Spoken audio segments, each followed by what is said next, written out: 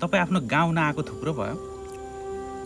तपाईँ घरदेखि बाहिर हुनुहुन्छ, आउनुहोस् न, म तपाईँलाई तपाईँको गाउँ देखाउँछु।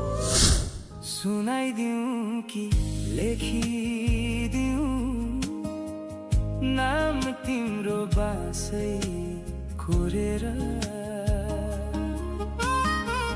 चढाउँला देउरालीमै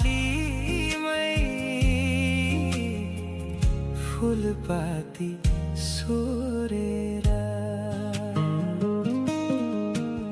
हाँसो हो कि बोली हो झन् नजिक नजिक सर्याउने आँखैले कि मुटुले